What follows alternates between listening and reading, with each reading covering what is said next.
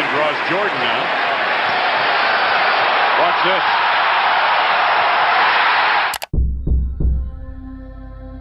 Okay, if you love the game of basketball, then you obviously know what's gonna happen next. You've probably seen this countless amount of times. But if you're sitting there wanting me to press play because somehow you're not familiar with this play, then what's wrong with you? Alright, let's get to the point. This video isn't really about the play itself. I would be insulting your intelligence if I thought you guys were unaware of this iconic play. But trust me, you won't believe what happened about a month prior to this legendary moment.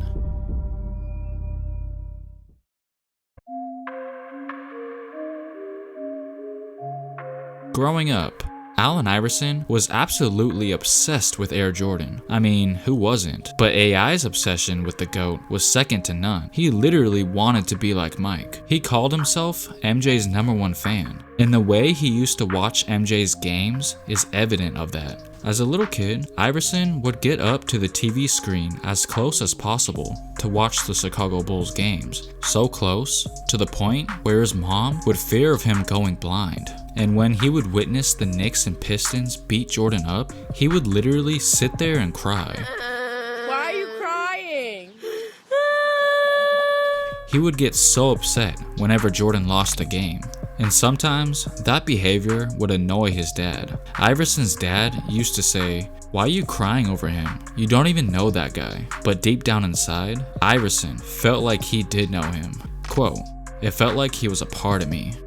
During Iverson's high school years, basketball wasn't his only gig.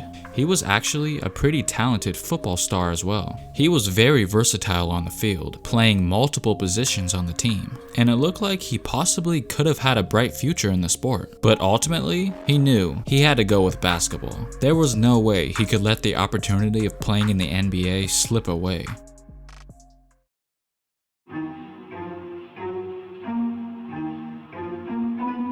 Coming out of Georgetown University, he went #1 overall to the Philadelphia 76ers, and almost immediately, you can see this guy was good. In just his very first NBA game, Iverson would put up an impressive 30 points against the Milwaukee Bucks, showing that he definitely belongs in the league. But his second NBA game was where the lights would get even brighter. On November 2nd, 1996, already, he found himself going up against his idol, Michael Jordan, and the defending champions Chicago Bulls. Iverson was in complete awe when Jordan first stepped on the court. He described that first ever encounter by saying, "He really didn't look human. He didn't look like he was real to me at all. He looked like he was glowing. I'm looking down like, damn, he's got on the Jordans." And he even got to see Jordan receive his 4th ring before the game. But still, Iverson knew that he had a job to do, so when the ball was thrown up in the air, he just had to go out there and play. But unfortunately, he couldn't really duplicate the kind of game he had in his debut, as the Bulls easily blew out the Sixers, and no words were really exchanged between the two at all on the court. Then, about a month and a half later, on December 21st, 1996, the Bulls were in town, visiting the Sixers, AI's second meeting against his childhood hero. And this time, Iverson played much better, dropping 32 points, while Jordan dropped 31 points. But yet again, Chicago got the victory. And similar to the previous game, Iverson and MJ didn't directly communicate with each other on the court. But Michael did share his thoughts about the rookie after the game. All right, we're awaiting the arrival of Michael Jordan. Michael finished up tonight's game with 30 points, 12 of 29 from the floor, and the forearm shiver comes from MJ.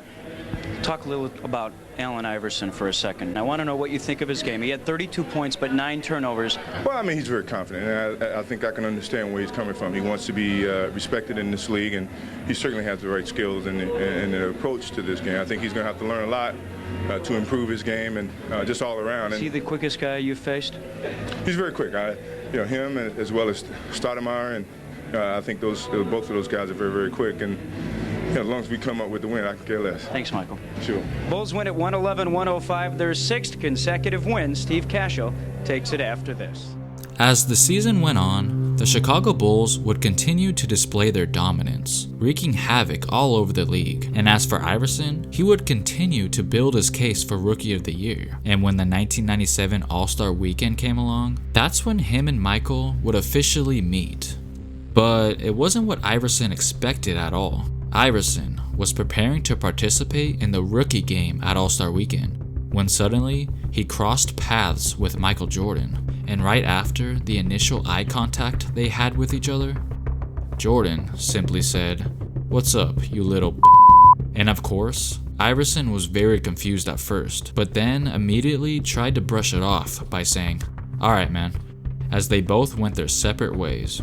Now, going back to before Iverson was even drafted, he used to say to his friends and family that if I get the greatest player to ever play the game on me, I'm gonna try my move on him. So after what Mike just said, after calling him a little I think it's safe to say that Iverson was gonna try and get him the very next time they played each other. And what do you know, literally a month later, he would get his chance for some sweet revenge. It was March 12th, 1997. With Jordan's harsh words still fresh in his mind, Iverson was looking to ball out. You can tell that he was on a mission. No more Mr. Nice Guy. He didn't look at MJ as his idol that night. Throughout the game, MJ and AI were both getting buckets. But just like the previous two games before this, they never really guarded each other because they played different positions, except for right here when Jordan had Iverson on him and would connect on an and one play. Michael, yes, foul, score the field goal. I think that's on Iverson, his third. And after that, literally moments later, Iverson would get the last laugh. A laugh that would be heard for many years to come. If you pay close attention, you can hear Coach Phil Jackson say, "Michael." And finally, just like he told his friends and family, he knew it was time to try his move on the best. Iverson has Jordan. The crowd is into it. Allen shakes free. Gets two! Mike said no. Allen said yes. Iverson later shared with us what was going on in his head. Quote, "All I saw was him, and I just backed up, gave him a little one, and he went for it. And I was like, oh yeah, I got his ass now." He also said that after the game, he wasn't really aware of what he just did. Like, he knew it was a good move and all, but he didn't think it was that big of a deal. But then, when little kids started to go up to him and ask him, "Hey, are you the guy that crossed Jordan?" Only then it hit him that he did something special. Many years later, when Iverson was at a Hornets game, Jordan invited him up to his office, where Iverson expressed how much he loved him growing up. And that's when Jordan said, "You don't love me. You wouldn't have crossed me like that if you loved me." The two remain great friends to this day. Another interesting but very sad fact was that about a week or so before the crossover, Iverson was in LA, where he met rap superstar Biggie Smalls. And Iverson even gave a pair of his shoes to him. The two became friends almost instantly. But unfortunately, soon after, Iverson's mother drove to his place to tell him that Biggie had been murdered. And guess what? The famous crossover was just 3 days after he learned of the tragic news, which possibly contributed to why he was so cold-blooded that game.